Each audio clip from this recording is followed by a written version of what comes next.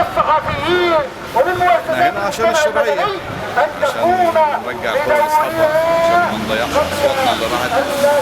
رئيس المنتخب هو اللي يكون رئيس، مش واحد انقلابي. انا كده يعني السيسي انقلابي؟ طبعا انقلابي. ده الناس كلها بتأيده. اي ناس؟ الناس كل المتعلمين، مدفوع لهم. كل المتعلمين. لا مفيش واحد فاهم. ها؟ إلهام شاهين ونادية الجندي طبعا ويسرى. طبعا. انت ايه طبعا. طبعا ايه مش فاهم؟ ما هو طبعا هم دول اللي هيأيدوه الرقصات. الناس ما تعرفش ربنا. لا في ناس تعرف ربنا وبتأيد السيسي. اي حد فاهم اكيد مش هيأيده. في ناس بتعرف ربنا وبتأيد السيسي. شيخ الازهر قال احد الحكماء. شيخ الازهر بأيده.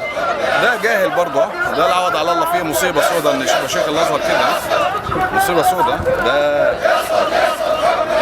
للاسف.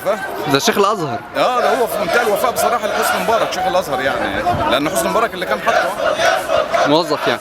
طبعا هو اللي حسني مبارك حطه، وحسني مبارك راجع تاني يعني هيطلع براءه ويبقى هو الرئيس وعلاء وجمال راجعين تاني.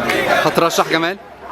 طبعا هو يستاهل بصراحه، احسن من السيسي يعني. جمال احسن من السيسي؟ احسن من السيسي، هم نفس الهيئه يعني. سيسي جحش نفس الشيء.